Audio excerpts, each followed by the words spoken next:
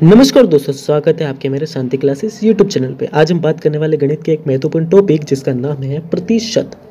बहुत ही important topic है exam के जरिए से। इसमें से सबसे ज़्यादा क्वेश्चन आते हैं प्रति प्लस शत। प्रति का मतलब होता है प्रत्येक, शत का मतलब होता है 100, अर्थात प्रत्येक 100 इसका अर्थ होगा प्रतिशत। ठीक है, आपको ये चीज़ ध्यान रखनी है इसमें। दूसरा, प्रत्येक संख्या स्वयं 100% होती है। हमेशा प्रतिशत में ध्यान रखना, प्रत्येक संख्या क्या होती है? 100% होती है। किसी भी संख्या में लगे परसेंट को हटाने के लिए 100 से भाग लगाते हैं। यदि किसी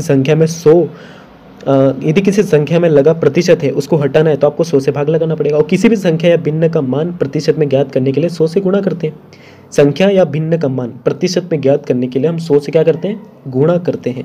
आपको ये चीज़ हमेशा ध्यान रखनी है। यदि प्रश्न में का, की, के, से दिया है तो इसका अर्थ गुणा होगा।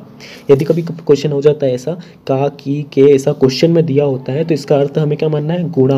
अर्थात उसका जब आप आंसर निकालोगे तो गुणा करना है आपको। यदि प्रतिशत का मान फ्रैक्शन में दिया है, भिन्न में दिया है, ठीक है, भिन्न में दिया है तो उसका हर पूर्ण मान को दर्शाएगा।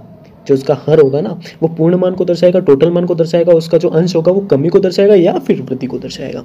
जैसे क्वेश्चन है 6 2/3% कम है तो 20/300 हो जाएगा, तो 1/15, मतलब जो 1 है वो किसको? कम को दर्शाएगा, और जो 15 है वो कुल, अर्थात जो हर है वो अपना कुल को दर्शाएगा। 14 2/7% वृद्धि, तो 100/700 है तो 1/7 हो जाएगा। जो 1 है वो वृद्धि को दर्शाएगा और जो 7 है वो टोटल दर्शाएगा, अर्थात जो हर है वो टोटल दर्शाएगा। बस आपको ये चीज़ ध्यान रखनी है। प्रति प्लस शत मतलब प्रत्येक 100, प्रत्येक संख्या को 100% मानना है। प्रत्येक संख्या 100 स्वयं की 100% होती है, ये ध्यान रखना है आपको। किसी भी संख्या में आपको ये चीज़ ध्यान रखनी है। परसेंट में जिसके साथ का से लिखा होता है तो हमेशा उसी को नीचे लिखते हैं। आप हमेशा ये चीज़ ध्यान रखना, परसेंट में जिसके साथ का लिखा हो, से लिखा हो तो उसको हमेशा हम नीचे लिखते हैं। जैसे एक एग्जांपल है 600 800 का कितना परसेंट है, तो जो 600 800 का कितना, मतलब जो 800 किसके साथ है? का के साथ है, तो जो 800 किसके नीचे आएगा? 600 के नीचे आएगा, और 600 क्या होगा? ऊपर आ जाएगा, इंटू 100 हो जाएगा।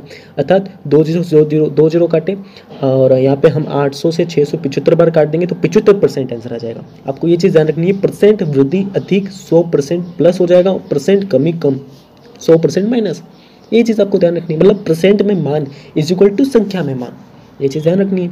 जैसे एक कोई क्वेश्चन पूछ लिया जाता है कि 12 सेकंड 6 मिनट का कितना प्रतिशत है। 12 सेकंड है और 6 मिनट का कितना परसेंट है।